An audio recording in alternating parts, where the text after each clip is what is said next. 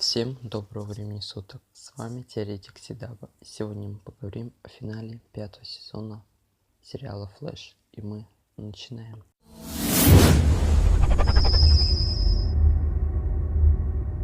Вот и завершился 5-й сезон Флэша. Обсудим данный эпизод осторожно, далее будут спойлеры. 22-й эпизод продолжился с конца 21-го эпизода, где команда Флэша пытается разрушить клинок цикады. Но Ральф Дибни пытался остановить их, так как он понял план Тоуна. И ему это удалось. Он поглотил клинок цикады благодаря своим способностям удлиняющего человека.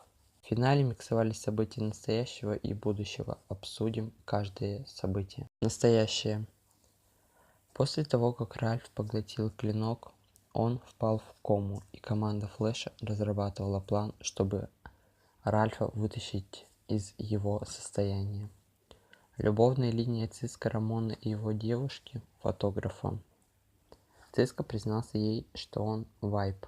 Но Риалин удалось все же образумить маленькую Грейс Гиббонс в ее подсознании. Она приняла лекарство.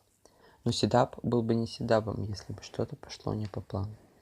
Лекарство не сработало на ней, и команде не оставалось ничто иное, как уничтожить клинок цикады 02. И взрослая Грейс стерлась из реальности 2019 года. Будущее. В будущем нам показали, что время Эдварда Тоуна подошло к концу, и его ждет смерть, но у Тоуна всегда есть свой козырь в рукаве.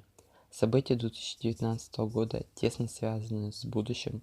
Последствия уничтожения клинка ЦК-02 дало возможность освобождения Тоуна и связывающих его оков. Тоун после своего освобождения убивает всех охранников рядом с собой, но Барри и Нора предотвращают смерть охранников, вернувшись назад во времени на несколько минут. После этого нас ждала схватка всей прибывшей команды в будущее с обратным Флэшем, но Тоун даже и не дал отпор команде Флэша, так как у него была немного другая миссия. Предупредить Барри Аллена о том, что Нора будет стерта из реальности. Это вскоре случилось. Видно было по лицу Барри и Арис, что они очень сильно переживали о том, что Нору стерли из реальности. В завершении сезона Шерлок прощался с командой Флэша, так как он выполнял свое обещание по поимке очередного цикады, 39-й на его счету.